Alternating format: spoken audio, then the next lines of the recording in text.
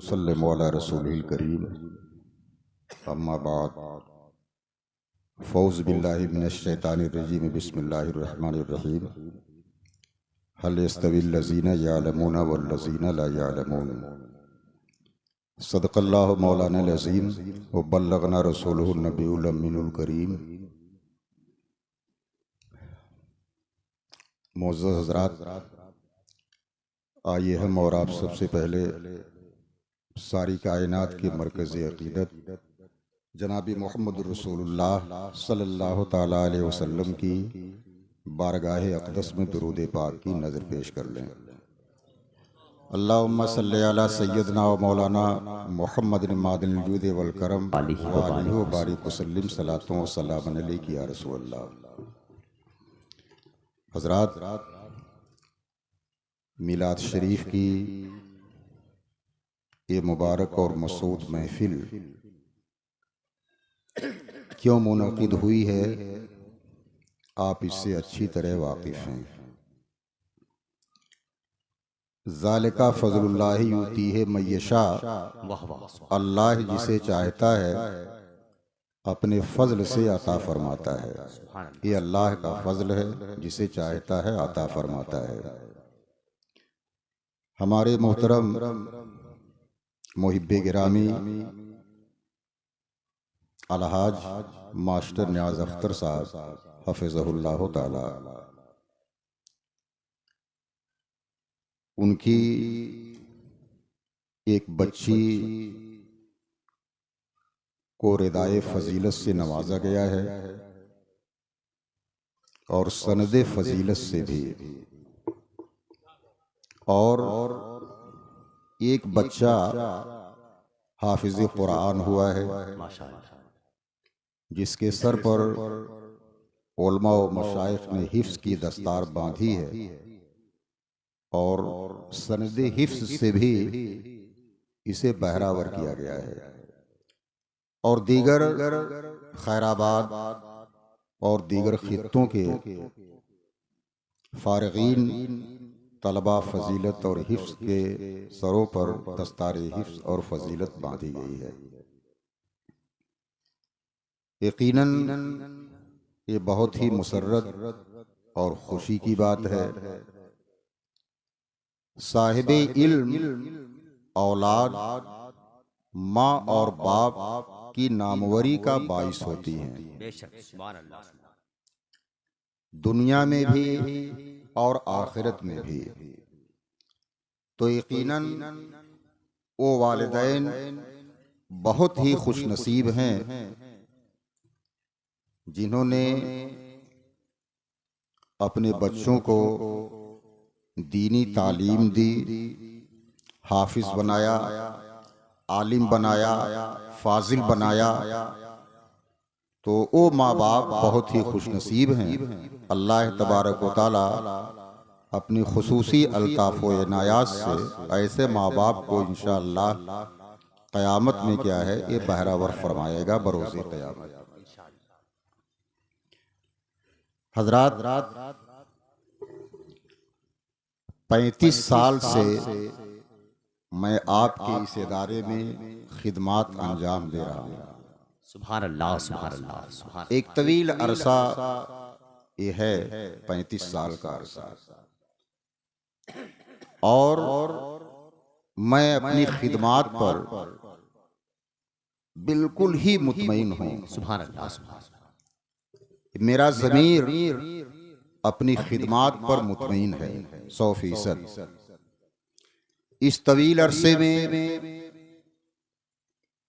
बहुत सारे मामलात सामने आए, तलबा के, असातिज़ा के, बहुत से नशेबो फराज मैंने देखे, उतार चढ़ाव मैंने देखे, फैसले किए, लेकिन किसी भी फैसले में मैंने अपने नफ्स को दखल नहीं आने दिया। वाह वाह, सुभान अल्लाह, सुभान अल्लाह। अपने नफ्स की ख्वाहिश पर मैंने कभी भी कोई फैसला क्या है नहीं किया, और अपने नफ्स की ख्वाहिश पर मैंने क्या है कभी भी कोई कदम क्या है नहीं उठाया। मुझे वो ज़माना याद है जब मैं यहाँ आया तो मदरसे में सिर्फ 3 कमरे बने हुए थे और सामने गड्ढा था, रोड तक आगे जाना मुश्किल था, नहीं जा सकते थे। और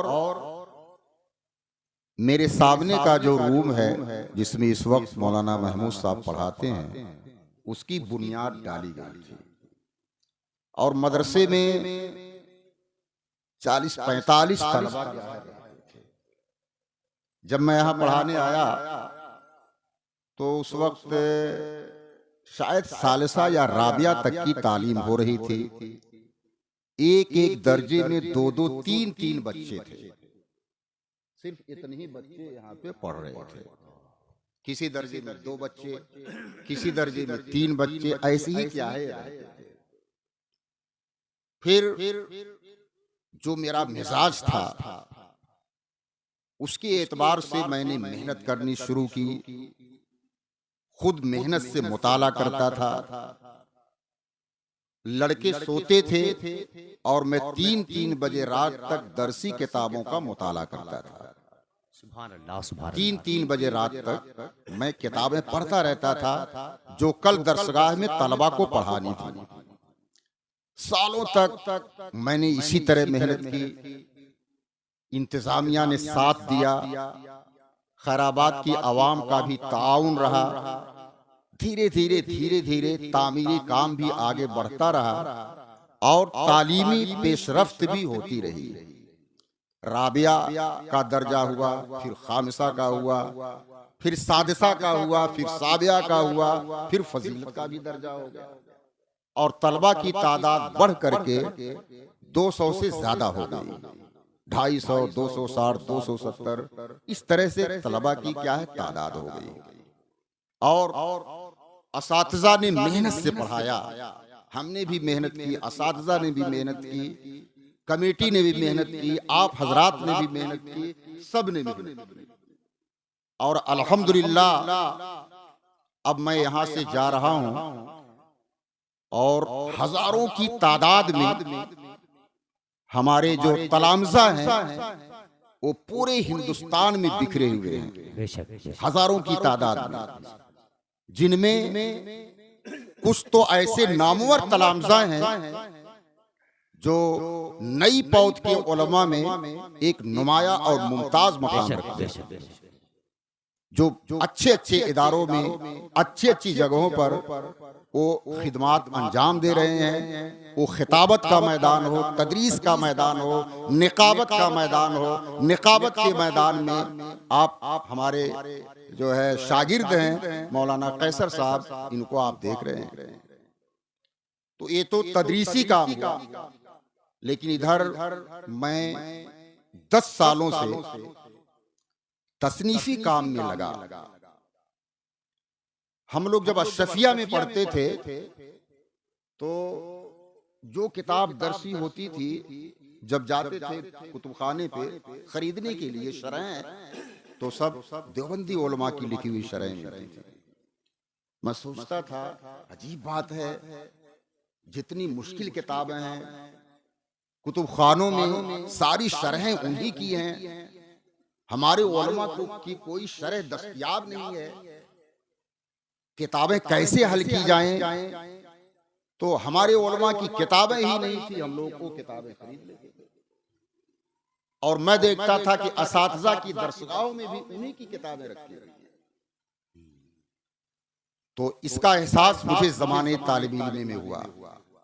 फिर जब मैं यहाँ पढ़ाने आया और बेफजल ही ताला दरसे निजामी की किताबों पर मैं तहदीसी नेमत के तौर पे कह रहा हूँ, अल्लाह के फजल से कह रहा हूँ कि जब मुझे कमाल और दस्तरस हासिल हुई तो मैंने सोचा कि जो मुश्किल किताबें हैं, दकीक किताबें हैं, जिनका पढ़ाना मुश्किल है, जिनका समझना और समझाना मुश्किल है, क्यों ना उसकी शरह कर दी जाए। सुभान अल्लाह, सुभान अल्लाह। तो मैंने इस तरफ क्या है तवज्जो की और सबसे पहले मैंने दरसे निजामी की जमात खामिसा में चलने वाली मंतिक की, फन्ने मंतिक की सबसे मशहूर किताब, सबसे मुश्किल और दकीक किताब जो मुल्ला हसन के नाम से पूरी दुनिया में मुतारफ है, मैंने उसकी शरह करनी शुरू कर दी। सुभान अल्लाह, सुभान अल्लाह।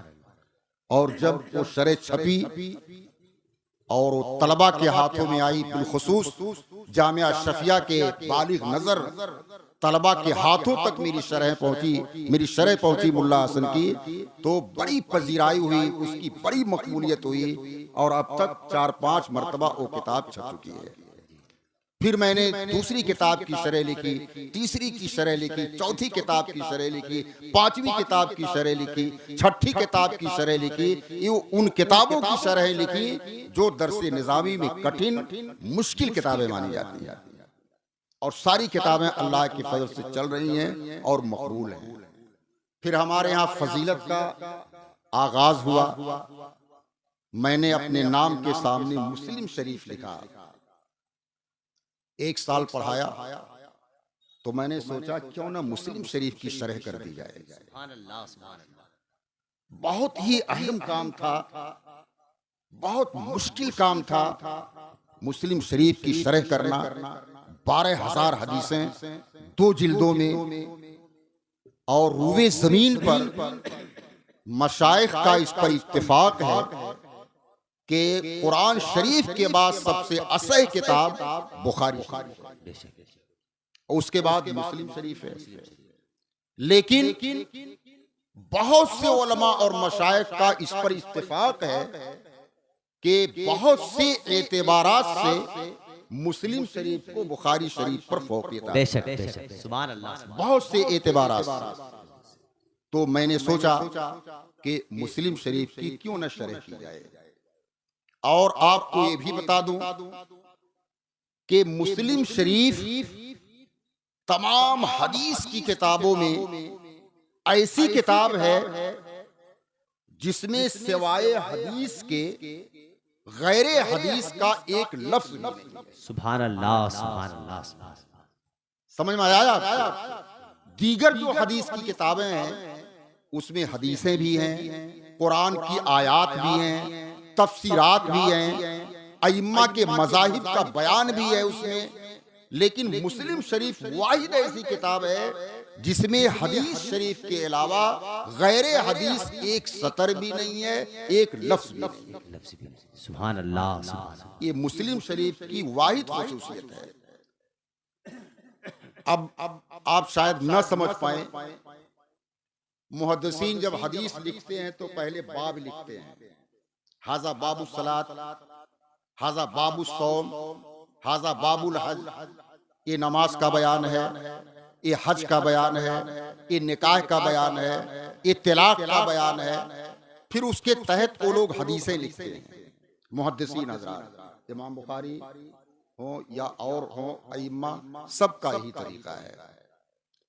लेकिन जाहिर सी बात है, अगर कोई मुहद्दिस अपनी किताब में लिखेगा हाजा किताबुल हज, ये हज का बयान है, तो ये तो हदीस है नहीं, ये तो मुहद्दिस ने अपनी तरफ से इबारत लिखी हाजा किताबुल हज, ये हज के अहकाम का बयान है, ये उसने अपनी तरफ से लिखा। तो गैर हदीस आया कि नहीं हदीस की किताब में? गैर हदीस आया। जी। लेकिन इमाम मुस्लिम ने, उलमा को हैरत है इमाम मुस्लिम पर, इमाम मुस्लिम ने कहीं भी बाब भी किताब में नहीं बांधा कि अगर बाब बांधूंगा तो गैर हदीस आ जाएगा। वाह वाह वाह वाह, सुभान अल्लाह, सुभान अल्लाह। तो बाब भी नहीं बांधा। अबवाब की तरतीब से हदीसें लिखी, अबवाब की तरतीब से हदीसें लिखी, लेकिन कहीं भी इमाम मुस्लिम ने बाब नहीं बांधा कि हमारी किताब में गैर हदीस ना आने पाए, इसका उन्होंने इल्तिजाम किया। ये मुस्लिम शरीफ ऐसी किताब है। दूसरी चीज, एक हदीस की रवायत मुख्तलिफ सहाबा करते हैं, एक ही हदीस। हजरत अनस ने रवायत की वही हदीस, हजरत अबू हुरैरा ने रवायत की वही हदीस, हजरत अबू ज़र ग़िफ़ारी ने रवायत की वही हदीस। तो इस तरह से एक हदीस की रवायत कभी कभी कई सहाबा से, कई सनदों से उसकी रवायत होती है। ये होता है। तो दीगर मुहद्दिसीन ने पूरी हदीस नहीं लिखी, हदीस शुरू की, बाब बांधा, हदीस लिखना शुरू किया। बाब की मुनासिबत से हदीस में जितनी उनको जरूरत पड़ी, दीगर मुहद्दिसीन ने, इमाम बुखारी, इमाम तिरमिजी, इमाम अबू दाऊद, सबने जरूरत के मुताबिक हदीस लिखी और मा बकिया जो हदीस है उसे छोड़ दिया। लेकिन मुस्लिम शरीफ हदीस की वाहिद ऐसी किताब है जिसमें इमाम मुस्लिम ने पूरी हदीस लिखी, सुभान अल्लाह, पूरी हदीस लिखी। और एक हदीस जितने सहाबा ने रवायत की, जितनी सनदों से रवायत की, तो तमाम सनदों से उस हदीस को लिखा। सुभान अल्लाह। और रवायत में अगर कुछ फर्क पड़ गया है, किसी की रवायत में एक लफ्ज ज्यादा है, किसी की रवायत में एक लफ्ज कम है, तो इस फर्क को भी लिखा कि फलां की रवायत में इस हदीस में ये लफ्ज ज्यादा है और फलां की रवायत में इस हदीस में एक ये लफ्ज कम है, फलां ने ऐसे रवायत किया है, फलां ने वैसे रवायत। सुभान अल्लाह, सुभान अल्लाह। ये फर्क भी बयान किया है। तो मुस्लिम शरीफ हदीस शरीफ की ऐसी वाहिद किताब है जो बहुत से एतबारात से हदीस की तमाम किताबों पर फायदा है, बरतरी हासिल है। हत्ता कि बाज़ एतबारात से मुस्लिम शरीफ को बुखारी शरीफ पर भी फौकियत हासिल है, बरतरी हासिल है। ये मैं नहीं कहता हूँ, ये उलमा और अइम्मा का ये मौक़िफ़ है, ये बयान है। सुभान अल्लाह, सुभान। और जब मैंने शरह करनी शुरू की तो मैंने वो पाया भी कि वाकई मुस्लिम शरीफ हदीस की कैसी किताब है। तो ये हजरत इमाम मुस्लिम की ये किताब है, 2 जिल्दों में है। मैंने इसकी शरह करने के बारे में सोचा और मैंने सोचा कि सिर्फ फॉर्मेलिटी नहीं पूरी करूंगा, शरह करूंगा तो ढंग से शरह करूंगा। वाह वाह वाह, सुभान अल्लाह, सुभान। सिर्फ फॉर्मेलिटी नहीं, सिर्फ तर्जुमा नहीं। और अल्हम्दुलिल्लाह अल्लाह के फजल से, सरकार के करम से, मुहद्दिसीन के करम से मैंने लिखना शुरू किया और कोई चीज मैंने अपनी शरह में क्या है नहीं छोड़ी। हदीस नकल की, उस हदीस को किस रावी ने, किस सहाबी ने रवायत किया है, उसकी मुख्तसर हिस्ट्री लिखी। बेशक बेशक। फिर इस हदीस से कौन कौन से मसले साबित हुए उसको लिखा। फिर उस मसले में अइम्मा का इख्तलाफ क्या है, इमाम शाफी का क्या मजहब है, इमाम मालिक का क्या मजहब है, और इमाम अहमद बिन हम्बल का क्या मजहब है, इमाम आजम अबू हनीफा जो हमारा मजहब है तो वो क्या मजहब है। तो ये मजहब भी है। और इसी पर इख्तिसार नहीं किया, इमाम शाफी की दलील क्या है, इमाम मालिक की दलील क्या है, इमाम अहमद बिन हम्बल की दलील क्या है, और अहनाफ की क्या दलील है, किस हदीसों से इन्होंने दलीलें दी हैं, वो दलीलें दी। सुभान अल्लाह, सुभान अल्लाह। और इसी पर बस नहीं किया, इमाम शाफी की हदीस जो उन्होंने अपने मजहब की तायद में साबित की है, अहनाफ ने उस हदीस का क्या जवाब दिया है, इमाम मालिक की हदीस का क्या जवाब है, इमाम अहमद बिन हम्बल की हदीस का क्या जवाब है, और फिर फिक़्ह हनफी यानी अपना जो मजहब अहनाफ का मजहब है उसको कई कई दलीलों से मैंने क्या है अपनी किताब में साबित किया और दिया। सुभान अल्लाह, सुभान अल्लाह। जिंदाबाद, जिंदाबाद। और अल्हम्दुलिल्लाह ये काम मैंने खैराबाद में किया। सुभान अल्लाह, जरा सुभान अल्लाह जोर से कह दीजिए आप। सुभान अल्लाह, सुभान अल्लाह। और अल्लाहु अकबर, या रसूल अल्लाह। जिंदाबाद, जिंदाबाद, जिंदाबाद, जिंदाबाद। अल्लाहु अकबर, अल्लाह, या रसूल अल्लाह, या। फिर लिखा मैंने और मुस्लिम शरीफ जिल्द अव्वल की शरह मैंने अभी 2 महीना पहले मुकम्मल की है। 5 जिल्दों में 3 जिल्दें छप गई हैं, 4थी जिल्द छपने वाली है, 5वीं जिल्द भी कंपोज हो चुकी है। कल घर लेके जाऊंगा, घर पे वो काम करूंगा। 5 जिल्दें, 2 महीना का टाइम बाकी था मेरी रिटायरी में कि अब जाना है मुझे यहाँ से। मैंने सोचा 2 महीने का वक्त बहुत कम है, अब मुस्लिम जिल्द सानी की शरह पे भी हाथ लगा दिया और अल्हम्दुलिल्लाह 60 सफ़े की शरह मुस्लिम जिल्द सानी की मैंने 2 महीने। जिंदाबाद, जिंदाबाद, सुभान अल्लाह, सुभान। और अल्हम्दुलिल्लाह मैंने अपनी जिंदगी का 1 मिनट वक्त मैंने जाया नहीं किया। 1 मिनट का वक्त दरसगाह में पढ़ाई के टाइम में सारी घंटियां पढ़ाता रहा। छुट्टी होती है, उसके बाद मैं सिर्फ आधा पौन घंटा लेटता हूं, फिर उठ जाता हूं, फिर किताब लेके बैठ जाता हूं, फिर मैं कब सोता हूं इसका कोई सही टाइम टेबल। बेशक बेशक बेशक। कभी कभी मैं सारी रात जगता रहता हूं। तलबा सोए रहते हैं, लोग जानते हैं कि मैं सो रहा हूं, लेकिन अल्लाह के फजल से मैं हदीस रसूल लिखता रहता हूं।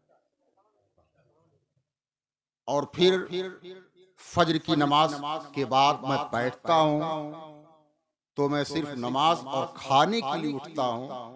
मैं कभी 2 घंटा सोया, कभी 2.5 घंटा सोया, कभी रात दिन में सोया ही। तो इस तरीके से मैं कितनी जाफिशानी से मुस्लिम शरीफ की शरह कर रहा हूं। कोई भी हदीस आई, अब उसको लिखने के लिए जो मसले साबित होते हैं उसको देखने के लिए फतावा आलमगीरी देखता हूँ, फतावा शामी देखता हूँ, फतहुल कदीर देखता हूँ, फतावा रज़विया सबसे आखिर में देखता हूँ। जब मैं पूरी तरह से शरह सदर हो जाता है, मुतमईन हो जाता है, तो मैं कलम चलाना शुरू करता हूँ। सुभान अल्लाह सुभान अल्लाह। और अल्हम्दुलिल्लाह मेरी ये जिल्द मुस्लिम शरीफ की आप हजरात की दुआओं से Hindustan, Pakistan, London, America, Holland, हर जगह मेरी किताबें पहुंच गई। वाह वाह वाह। और पाकिस्तान से, लंदन से, हिंदुस्तान में जगह जगह से मेरे पास जो व्हाट्सएप आते हैं, तो उसे पढ़ करके जो उलमा, अकाबिर उलमा, बड़े बड़े उलमा हैं जो मुझे व्हाट्सएप करते हैं, उनकी तहरीरें पढ़ करके मेरा सीना फूल जाता है और मैं अल्लाह तबारक व तआला की बारगाह में शुक्रगुजार हो जाता हूँ। सुभान शुक्रिया अल्लाह अदा करता हूँ कि अल्लाह मेरी मेहनत को क्या है जाया नहीं कर रहा है। अब मैं यहाँ से जा रहा हूँ, मुझे कोई बात नहीं है, कोई फिक्र नहीं है, क्योंकि मैं मिलाद शरीफ की महफिल में कह रहा हूँ। मेरा मकसद हयात मुस्लिम शरीफ की शरह को मुकम्मल करना। सुभान अल्लाह सुभान अल्लाह। यही मेरी जिंदगी का मकसद है। और मैंने अल्लाह से दुआ मांगी है।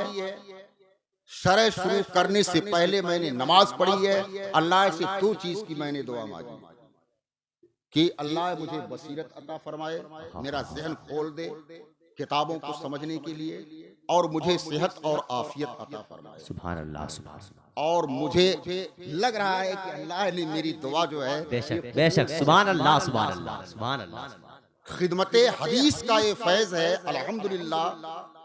ना मेरा सर दर्द करता है, ना पैर दर्द करता है, ना मुझे बुखार होता है, ना मुझे और कोई परेशानी होती है। बिल्कुल सही सलामत अल्लाह ने मुझे रखा है। और मुझसे एक खिदमते दीन, इल्म हदीस जो है, उसकी जो खिदमत है, अल्लाह तबारक व तआला मुझसे ले रहा है। और ना मेरी क्या हैसियत है, मेरी क्या पोजीशन है कि मैं ये काम कर पाता। सुभान अल्लाह सुभान अल्लाह। और अल्हम्दुलिल्लाह मैंने टारगेट बनाया है कि इंशाअल्लाह 2 साल के अंदर अंदर मैं घर बैठ करके मुस्लिम जिल्द सानी की शरह इंशाअल्लाह क्या है मुकम्मल कर लूंगा। सुभान अल्लाह सुभान अल्लाह।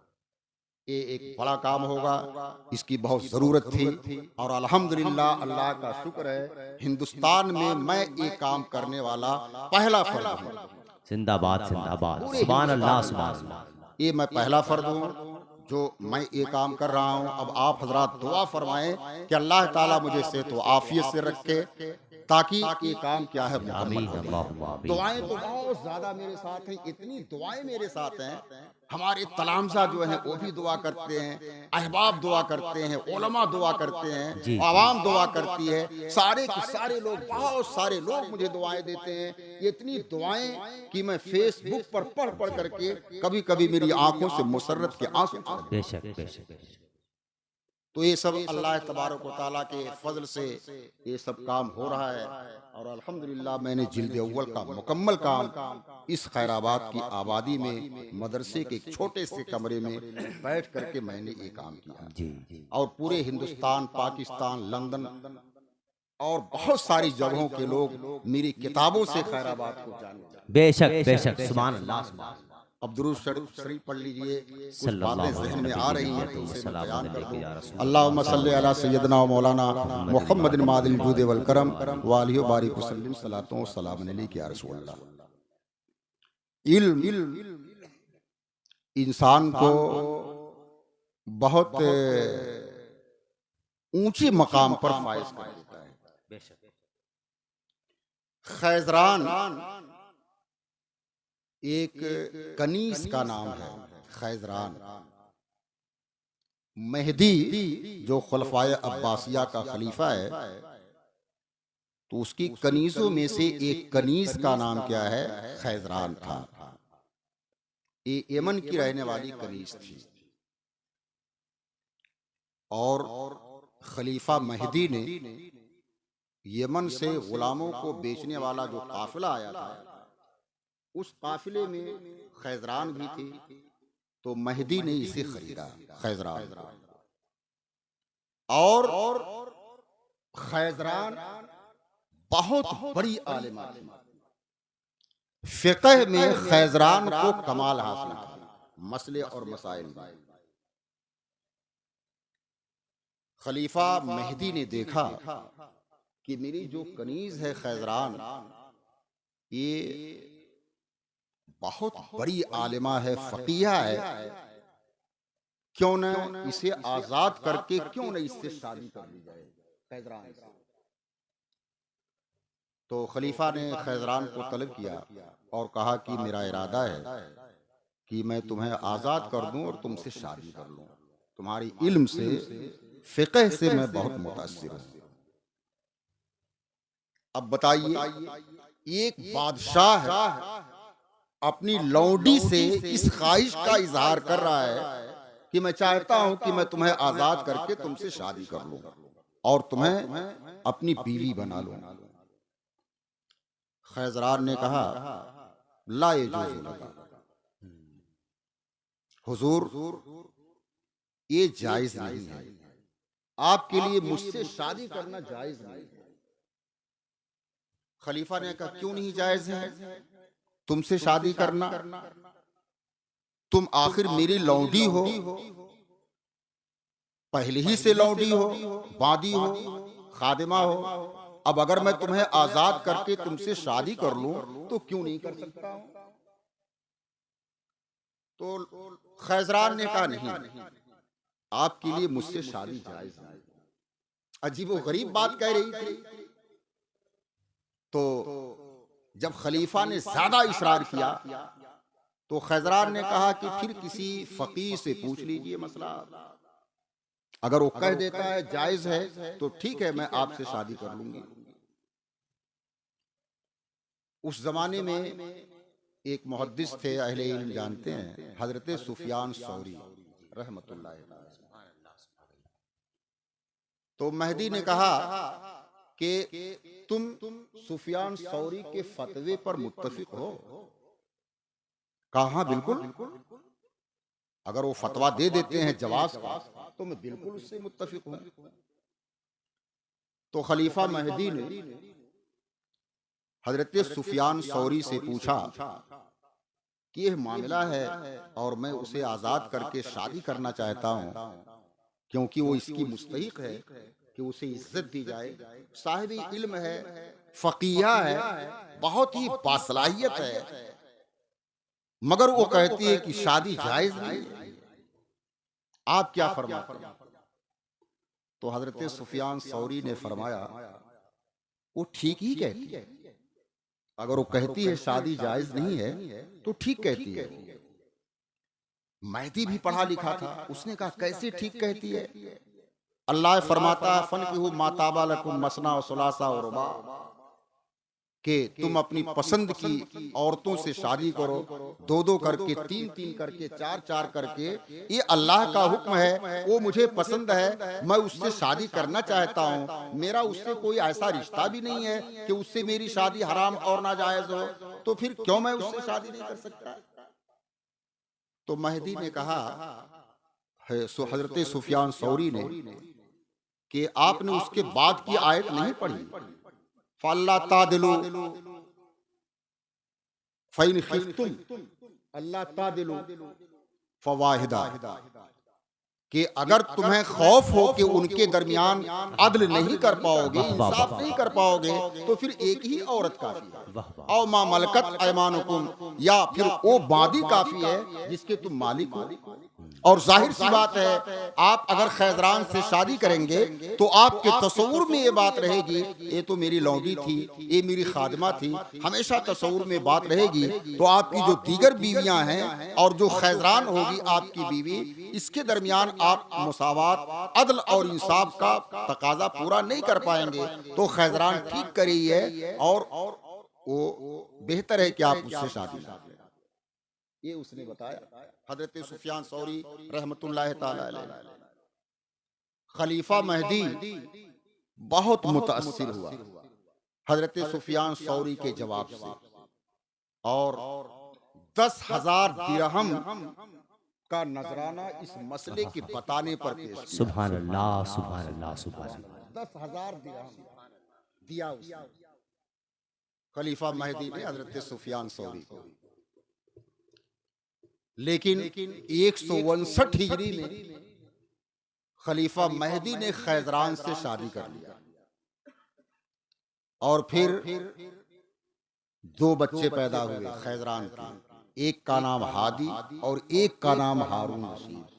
सुभान अल्लाह, सुभान अल्लाह, सुभान अल्लाह। खलीफा महदी के बाद उसका जो लड़का हादी था वो खलीफा बना, और हादी की मौत के बाद उसका जो लड़का हारून रशीद था, जो बहुत ज्यादा मशहूर फरमारवा है, पूरी दुनिया में जिसका नाम चलता है आज भी, हारून रशीद वो फरमारवा। और खैजरान जो फकीहा थी, मैं ये बताना चाहता हूं कि अहले इल्म का मकाम क्या हो जाता है।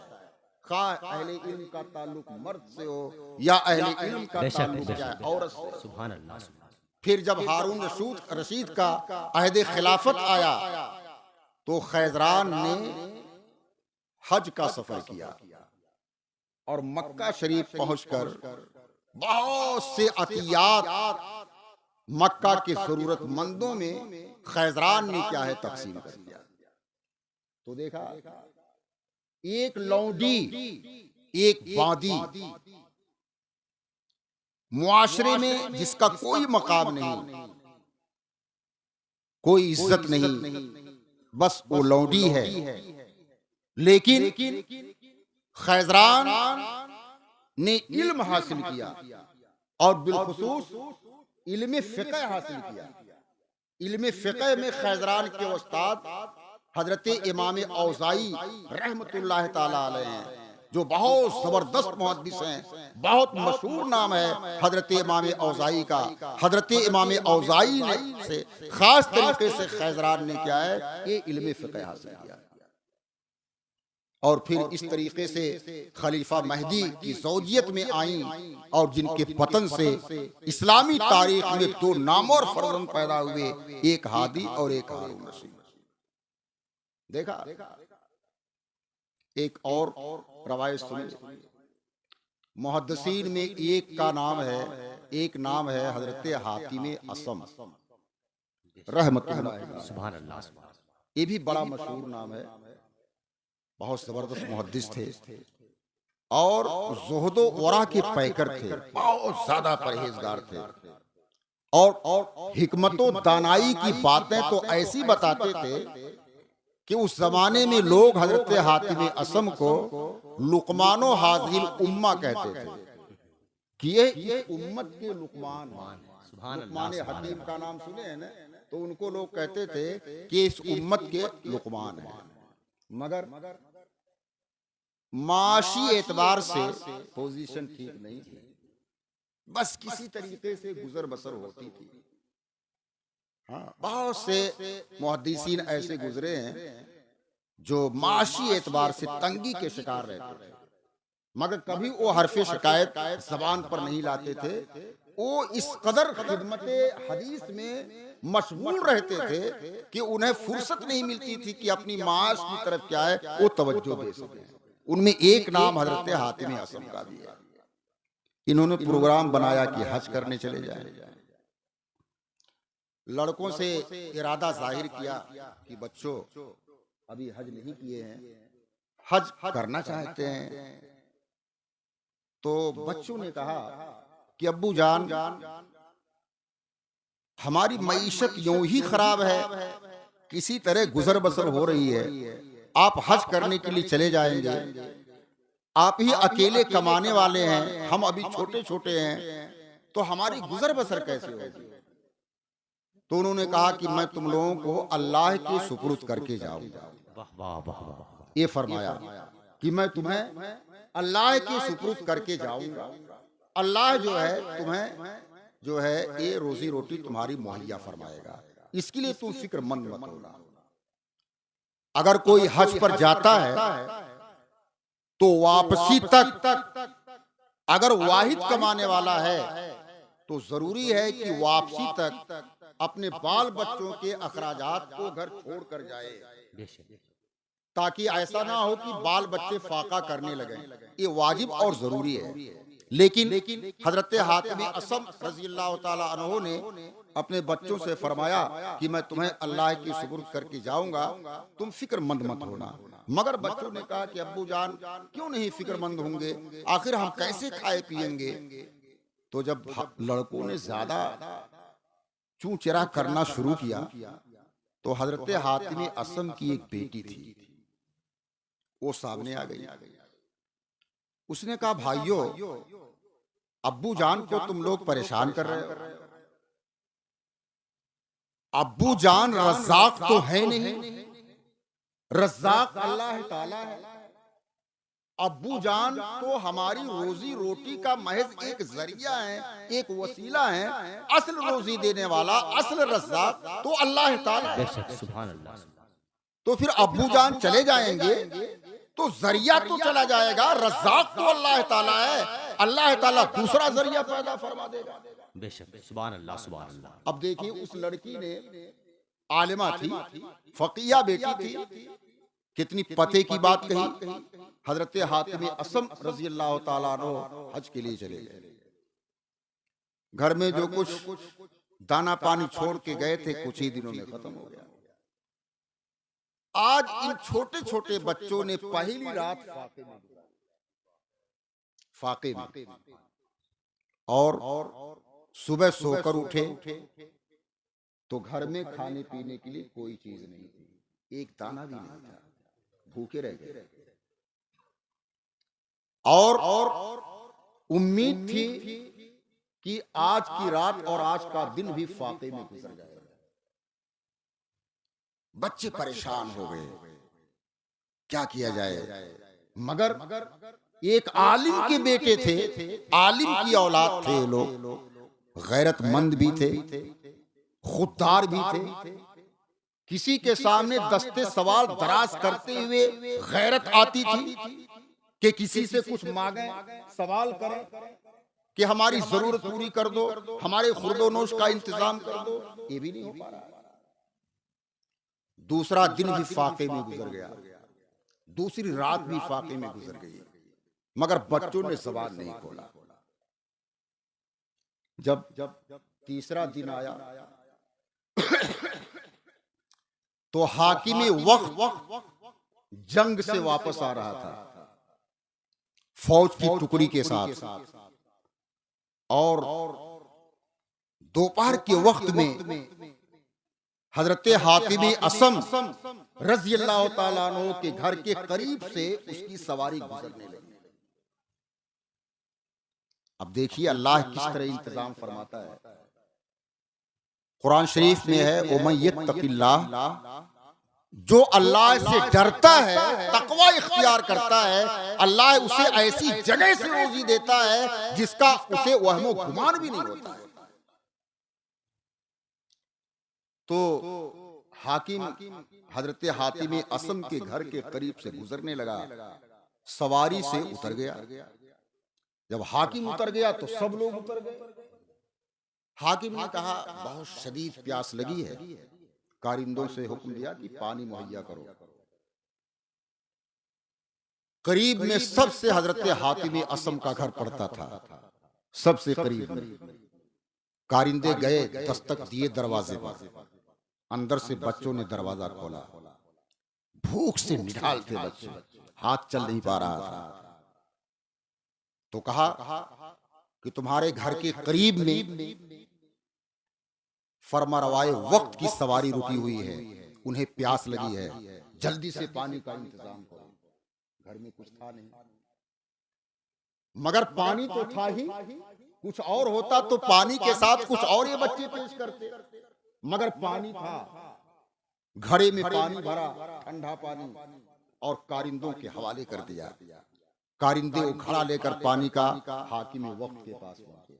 उसने पानी पिया, उसकी प्यास बुझी, और जिन लोगों को प्यास लगी थी उन्होंने भी पानी पिया। हाकिम वक्त हल जज़ाउल एहसान इल्लल एहसान, एहसान का बदला एहसान होता है। हाकिम वक्त ने अपने खाजिन को हुक्म दिया कि दीनार की ओर एक थैली निकालो। उसने दीनार की एक भरी हुई थैली निकाली। खाजिन ने उसके, और हाकिम ने हुक्म दिया कि जिन बच्चों ने पानी पिलाया है उनके आंगन में ये थैली फेंक दो। वो थैली दीनार से भरी हुई थैली उन बच्चों के आंगन में ऊपर से नीचे गिरी। बच्चे समझ ही नहीं पाए ये थैली कहां से गिरी। सोने की थैली भरी हुई दीनार से। और हाकिम ने इसी पर बस नहीं किया, अपने साथियों से कहा, तुम में से जिसे मुझसे मोहब्बत है, जो मुझसे मोहब्बत करता है, वो मेरी इत्तिबा करे, मेरी पैरवी करे। वाह वाह वाह, वो भी ऐसा करे। फिर हाकिम का हुक्म हो गया तो जितने फौजी थे, जितने अफराद थे, सब लोगों ने अपने जेबो दामा में हाथ डालना शुरू किया और दिरहम और दीनार निकालने लगे। और हर जानिब से उन बच्चों के आंगन में दिरहम और दीनार की बारिश होने लगी। पूरा आंगन दिरहम और दीनार से भर गया, जरो जवाहरात से भर गया।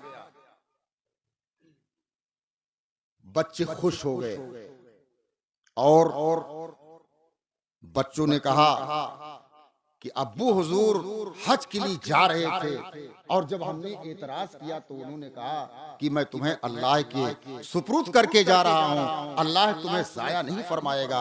बहन ने भी हमसे यही समझाया, वाकई इतनी जल्दी अल्लाह का फजल हमारे ऊपर हो जाएगा, हमको तो इसका यकीन नहीं था, उम्मीद नहीं थी। लेकिन अल्लाह ने हमारे अब्बू जान की दुआएं तो बहुत जल्दी सुन लिया, और अभी हम 2 ही 3 दिन का फाका किए हुए थे कि अल्लाह तबारक व तआला ने गैब से हमारा इंतजाम फरमा दिया। हमारा आंगन सोने और जवाहरात दिरहम और दीनार से भर गया है। वो आलिमा बच्ची भाइयों के पास आई, सारों के तार रोने लगी। भाइयों ने कहा कि बहन तुम रो रही हो, खुशी का मौका है। तो बहन ने कहा कि हाँ, मेरी आंखों से जो आंसू निकल रहे हैं ये खुशी के आंसू हैं, ये शुक्र के आंसू हैं। मैं सोच रही हूं कि अल्लाह की मखलूक में से एक फर्द ने हमारे ऊपर नजरे करम डाली तो हमारा आंगन सोने जवाहरात दिरहम और दीनार से भर गया है, खनखना रहे हैं दिरहम और दीनार। मैं सोच रही हूँ कि जब एक बंदे के करम का ये आलम है तो अगर कहीं खालिक जो हमारा परवरदिगार है, अल्लाह है, अगर उसकी एक नजर सुभान अल्लाह हो जाएगी, चश्मे करम हो जाएगी, तो फिर हमारी तवंगरी का आलम क्या होगा। जिंदाबाद जिंदाबाद, नारे तकबीर, नारे रिसालत। देखा, ये जो है ये इल्म होता है। जब इल्म होता है तो इल्म सही राह दिखाता है। इल्म जो है ये सही रहनुमाई करता है, और अल्लाह के नजदीक साहिब इल्म का मकाम बहुत ही बुलंद होता है। बेशक बेशक। एक हदीस ज़हन में आ रही है, अभी 3 दिन पहले मैंने इसकी शरह की है, दूसरी जिल्द की हदीस है। ये हदीस हजरत अनस बिन मालिक रजी अल्लाह तआला अन्हु से मरवी, और वो बयान करते हैं कि सरकार के जमाने में एक औरत ने एक औरत से झगड़ा कर लिया और उसके दांत तोड़ दिए। झगड़ा हो गया और दांत तोड़ दिया झगड़ा कर। जाहिर सी बात है, सहाबा थे, सहाबियात थी, मगर जो बशरी फितरत है वो तो बेशक थी ही बेशक उनके अंदर। बेशक। तो कभी कभी नोक झोंक हो जाती थी, झड़प हो जाती थी, आपस में झगड़ा हो जाता था। सरकार का जमाना था, ये लोग सरकार के पास पहुंचते थे, सरकार मामला रफा दफा कर देती, फिर ये लोग शीरो शकर बन जाते थे आपस में। तो फरमाते हैं कि हजरत रुबै बिनते नज़र की एक औरत से लड़ाई हुई और हजरत रुबै बिनते नज़र ने उसका दांत ही तोड़ दिया। केस सरकार की बारगाह में पहुंच गया। जाहिर सी बात है, इस्लाम में क़िसास का कानून राइज है, बदले का, क़िसास का। तो सरकार की बारगाह में केस पहुंच गया और हजरत रुबै ने जो जिसका दांत तोड़ा था उसके कुंबे वालों से माफी भी मांगा, मगर वो लोग माफ नहीं किए। केस सरकार की बारगाह में पहुंचा दिया। तलबी हो गई सरकार की बारगाह में। सरकार ने फरमाया अल क़िसासु अल क़िसास, ये हदीस के अल्फाज हैं, यानी क़िसास दो और खुद को क़िसास के लिए हवाले कर दो, मुतासरा के हवाले कर दो, ताकि जैसे तुमने दांत तोड़ा है वो भी तुम्हारा दांत तोड़े। आगे के दो दांत टूटे थे। आगे के जो दांत हैं इन्हें सनाया कहा जाता है। 4 दांत हैं, ऊपर 2 दांत और नीचे 2 दांत हैं। तो नीचे के दांत टूटे थे।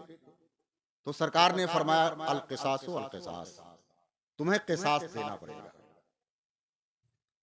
अगर वो लोग दियत लेने पर राजी नहीं हुए तो तुम्हें क़िसास देना पड़ेगा। तो एक सहाबी थे, हजरत रुबै बिनते नज़र की नज़र के भाई थे, हजरत अनस बिन नज़र रज़ी अल्लाह ताला। हजरत अनस भाई थे इसके, रुबै जिन्होंने दांत तोड़ा था, भाई बहन थे। तो सरकार ने फरमाया अल क़िसासु अल क़िसास, क़िसास देना पड़ेगा। तो हजरत अनस बिन नज़र रज़ी अल्लाह ताला अन्हु, ये अल्लाह के रसूल के सहाबी थे और जिन्होंने दांत तोड़ा था उसके ये भाई, उनके भाई। ग़ज़वे बद्र में ये शरीक नहीं हो पाए हजरत अनस बिन नज़र रज़ी अल्लाह ताला अन्हु। तो सरकार की बारगाह में हाजिर हुए, अर्ज किया कि या रसूल अल्लाह, मैं ग़ज़वे बद्र में किसी उज़्र की वजह से शरीक तो नहीं हो पाया, लेकिन अल्लाह ने अगर मुझे मुशरिकीन से जंग का मौका दिया तो मैं ऐसी जंग करूंगा काफिरों से, ऐसी जंग करूंगा कि अल्लाह मेरे कारनामे देखेगा। हजरत अनस बिन नज़र ने फरमाया। और फिर ग़ज़वे बद्र का मार्का जब गर्म हुआ तो हजरत अनस बिन नज़र रज़ी अल्लाह ताला अन्हु मैदान कारज़ार में घुसते चले गए काफिरों के बीच में और लड़ते लड़ते शहीद हो गए। हजरत अनस बिन नज़र शहीद हो गए और शहादत के बाद जब मैदान साफ हुआ तो इनके जिस्म पर 70 से 80 जख्म तलवारों के, नेज़ों के और तीरों के लगे और काफिरों ने इनका मुसला कर दिया था। शनाख्त मुश्किल थी, पहचान मुश्किल थी। इनकी बहन यही जिनका तस्करा है, हजरत रुबै ने उंगली के निशान से इनको पहचाना, यहाँ यही मेरे भाई की लाश है। ये सहाबी हजरत अनस बिन नज़र। तो जब झगड़ा हुआ सरकार ने फरमाया क़िसास देना पड़ेगा रुबै को, उसके भी दांत तोड़े जाएंगे। तो हजरत अनस बिन नज़र ने अर्ज की या रसूल अल्लाह, क्या मेरी बहन को क़िसास देना पड़ेगा? तो सरकार ने फरमाया अल क़िसासु किताबुल्लाह, क़िसास ये किताबुल्लाह का हुक्म है, अल्लाह का हुक्म है।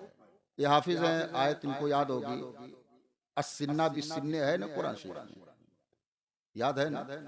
हाँ, किस सूरे में है? सूरे मायदा। माशाअल्लाह, हमारे महाराष्ट्र पता है। सूरे मायदा में दांत के बदले में दांत, यानी किसी ने दांत तोड़ा है तो उसके बदले में दांत तोड़ा जाएगा। ये हुक्म है कुरान शरीफ का। तो सरकार ने फरमाया अल क़िसासु किताबुल्लाह, क़िसास अल्लाह का हुक्म है, अल्लाह की किताब का हुक्म है। तो हजरत अनस बिन नज़र ने अर्ज की, या रसूल अल्लाह की क्या मेरी बहन से क़िसास लिया जाए? क्या मेरी बहन के दांत तोड़े जाएंगे? तो सरकार ने फिर फरमाया अल क़िसासु किताबुल्लाह, क़िसास अल्लाह की किताब का हुक्म है। तो हजरत अनस बिन नज़र ने अर्ज की, अब देखिए आप सहाबी हैं, अर्ज करते हैं या रसूल अल्लाह वल्लाह मेरी बहन को क़िसास कभी नहीं देना पड़ेगा। सरकार फरमा रहे क़िसास देना पड़ेगा। और ये फरमाते हैं हजरत अनस बिन नज़र अर्ज करते हैं वल्लाह या रसूल अल्लाह मेरी बहन को क़िसास कभी नहीं देना पड़ेगा। तो सरकार ने फरमाया क़िसास देना पड़ेगा। इन्होंने कहा या रसूल अल्लाह मेरी बहन को क़िसास कभी नहीं देना पड़ेगा। क्या मतलब? क्या हजरत अनस बिन नज़र अल्लाह के रसूल जो हुक्म दे रहे थे उसका इनकार कर रहे थे, उसकी तरदीद कर रहे थे? मुहद्दिसीन ने फरमाया है कि इस कलाम का ये मतलब नहीं है। इमाम नववी फरमाते हैं शरह करते हैं कि इन्होंने जो ये कहा कि वल्लाह या रसूल अल्लाह मेरी बहन को क़िसास नहीं देना पड़ेगा, इसका ये मतलब नहीं कि ये सरकार के हुक्म का इनकार कर रहे थे, बल्कि इन्हें अल्लाह की रहमत पर भरोसा था, मुकम्मल भरोसा था कि मैं जो कसम खा रहा हूं तो अल्लाह इस कसम की रियायत फरमाएगा और अल्लाह तबारक व तआला पर्दे गैब से क़िसास के अलावा जो दूसरी सूरत है अल्लाह ताला उसका इंतजाम जरूर फरमाएगा। तो इस बिना पर इन्होंने कहा कि वल्लाह या रसूल अल्लाह मेरी बहन को क़िसास नहीं देना पड़ेगा। फिर जो मुतासरा कुंबे के लोग थे जिनका दांत टूटा था, तो वो सामने आए और अर्ज किया कि या रसूल अल्लाह हम माफ कर देते हैं, हम क़िसास नहीं लेंगे। है ना महाराज साहब? कहा या रसूल अल्लाह हम क़िसास नहीं लेंगे, हम माफ कर देते हैं, हम राजी हैं देयत पर, क़िसास नहीं चाहिए। देखा? अब देखिए वाकई अल्लाह के नजदीक कितना ऊंचा मकाम हजरत अनस बिन नज़र का कि कसम खा लिया कि वल्लाह या रसूल अल्लाह मेरी बहन को क़िसास नहीं देना पड़ेगा। तो अल्लाह तबारक व तआला ने इनकी आबरू रख दी और गैब से इसका इंतजाम फरमा दिया और मुतासरा कुंबे के लोग जो थे वो सामने आ गए और उन्होंने कहा कि हमें क़िसास। सुभान अल्लाह, सुभान अल्लाह। सरकार मुस्कुराए सरकार। उसके बाद फरमाया कि इन्ना मिन इबादिल्लाह लौ अक़समा अलल्लाह ला अबर्रहु, अल्लाह के बंदों में से कुछ बंदे ऐसे हैं जो अल्लाह के भरोसे पर अगर अल्लाह पर कोई कसम खा लेते हैं तो अल्लाह तबारक व तआला उनकी कसम को पूरा फरमा देता है। सुभान अल्लाह, सुभान अल्लाह।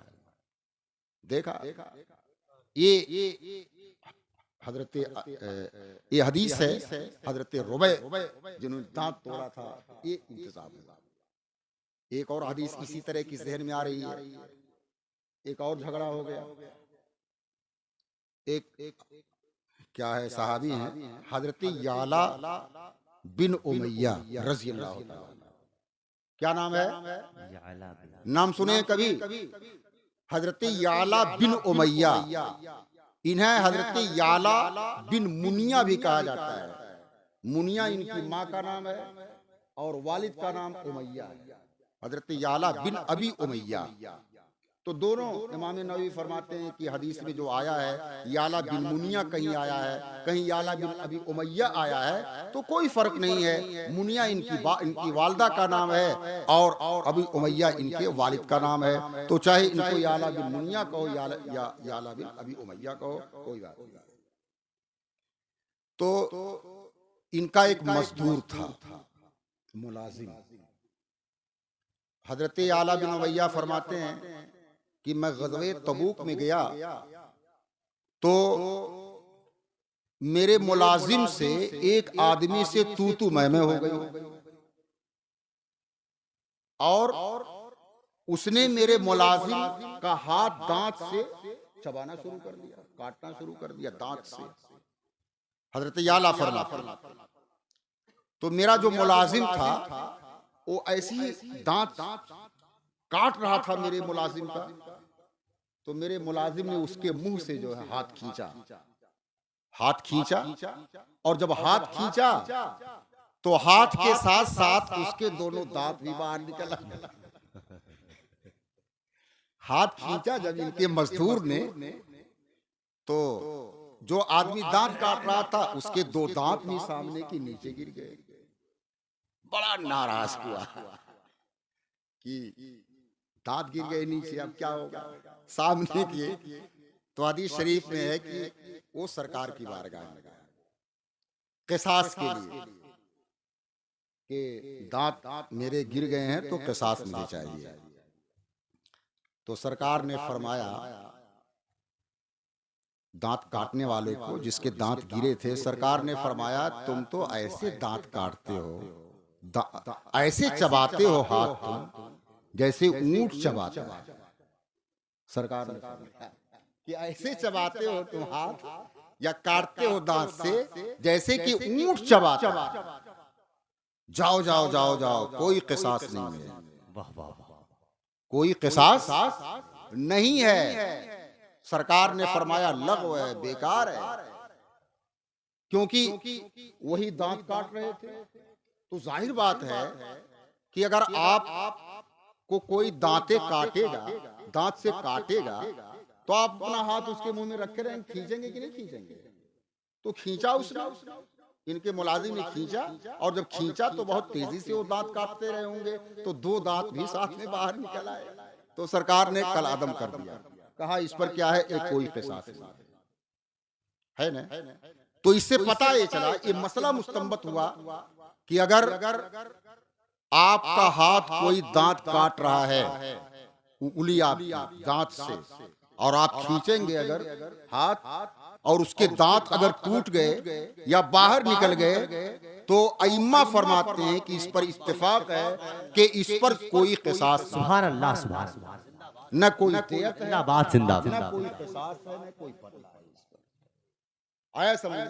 और पहली हदीस जो मैंने बयान की, तो उसमें अहनाफ का मजहब और सारे अइम्मा का इस पर इत्तेफाक है कि अगर किसी ने किसी के सारे दांत उखाड़ दिए, ऐसा मारा कि सारे दांत उखड़ गए, तो इसमें क़िसास है। इस पर अइम्मा का इज्मा है।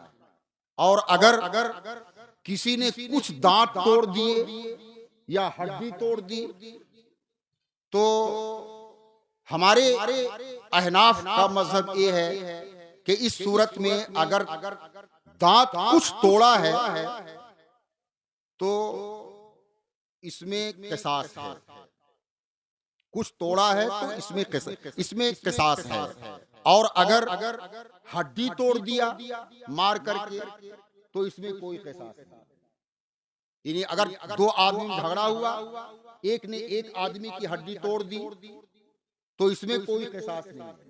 इसमें यानी बदले में उसकी हड्डी नहीं तोड़ी जाएगी, बल्कि उसको दियत देनी पड़ेगी, भरपाई करनी पड़ेगी, पैसे देने पड़ेंगे इसके बदले में। ये अहनाफ का क्या है मज़हब है। इमाम तहावी फरमाते हैं कि अगर किसी ने किसी के सर की हड्डी तोड़ दी, तो इस पर कोई क़िसास नहीं है। और जाहिर बात है, सर की हड्डी तोड़ दिया कोई क़िसास नहीं है, तो जिस्म की कोई भी हड्डी किसी ने तोड़ दिया तो कोई क़िसास नहीं है। यानी बदले में उसकी हड्डी नहीं तोड़ी जाएगी, बल्कि उसको दियत देनी पड़ेगी, जुर्माना उसका अदा करना पड़ेगा, इलाज मुआवजा ये सब उसको क्या है, एक कराना पड़ेगा। तो ये हदीस जो है ये ज़हन में आई जो मैंने आपके सामने पेश की। तो जो अहले इल्म हैं उनका बहुत ज़्यादा मकाम है। अब अगर किसी की औलाद आलिम भी हो जाए, हाफिज हो जाए, कई बच्चे आलिम हाफिज हो जाएं, तो फिर क्या कहना, ये अल्लाह का फजल है। सही बात यही है कि ये सब अल्लाह तबारक व तआला की तौफीक से होता है।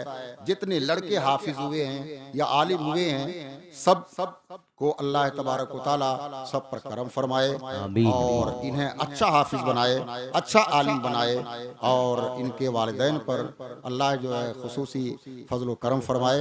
ओ मौलाना अस्सलाम।